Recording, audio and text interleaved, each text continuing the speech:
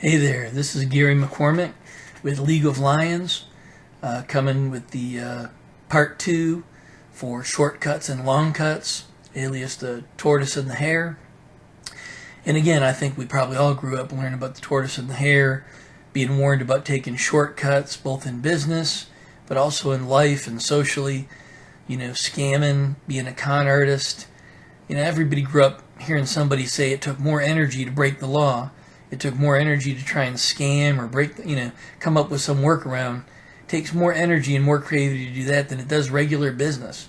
So regular business people that are ethical and moral and stuff, they're always looking around at the other folks doing weird stuff, wondering, man, if they'd put as much effort and energy into just doing it the normal way, or at least in the normal spectrum, reading some books from other people been successful, copy some people been successful, talk about it with some other business people or get a coach, man, they'd have crushed it. But eventually it catches up with them and you end up in jail or you end up losing all your friends, and you just keep doing it again and again until eventually business people learn to not take shortcuts. We all do. Some of us at 8, some of us at 15, some of us at 50.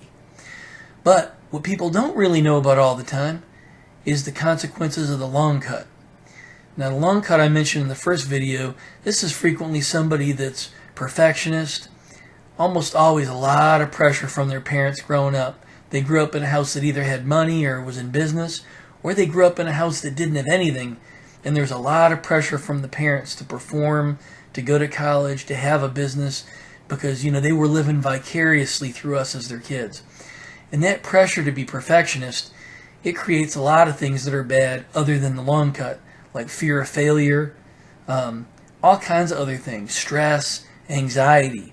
Many people that are anxious, worried about stuff, can't sleep at night, checking the stove, that's really just a good thing gone bad. Somebody put a lot of pressure on them and it just blows out. It doesn't work out well.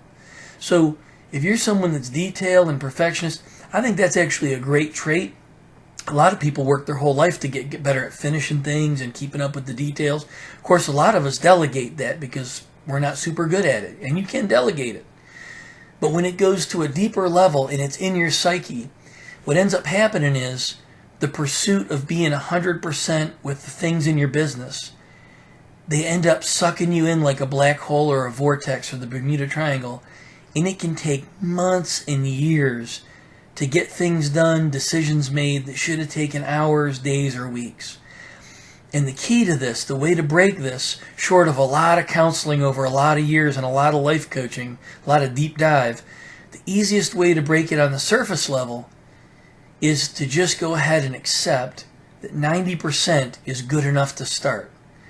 So whether it's starting an email list, or whether it's writing your first book, or whether it's doing a new marketing plan, or running ads to get leads, or redoing your website, or whatever it is, something in print. Whether it's you or the person you delegate to, you just get to 85 or 90 or 93%, and you do it decisively, you do it quickly, you focus on a quick win. Because a lot of times we look back and realize that that strategy or that tactic was flawed, it doesn't work for our business, we got to make a lot of adjustments, and we would have wasted weeks and months and years trying to get it perfect. It's like trying to come up with the perfect business name, or the perfect colors, or the perfect business card. Meanwhile, we hadn't sold a thing. What are we thinking? Just get it done. Just do the 90%, make it decent, that it's not embarrassing, and focus on getting it done quick, getting a quick win, and moving on. And then if it's something you need to fix or critique, you can take all the time you want later, or sub it out to someone and pay them. But the key is to not get locked up in these details and this perfectionism. It can be a jail. And if that's the case and we can't break out, we probably need life coaching or counseling, or we need to hire someone to handle those things that can make those decisions for us so that we don't shut our own business and our own life down. And this can apply to personal too, not just business. Because believe me, whatever we're doing weird, whatever circles we're running in, we're not just doing it in business. Business is the symptom. It's something that's happening in all places in our life. So we need to have a desire for success and victory. We need to push on through. And if we can't figure it out ourselves, and we need to spend a little money or time getting some help with it so we can move on. All right. You have a great day and be blessed. Talk to you soon.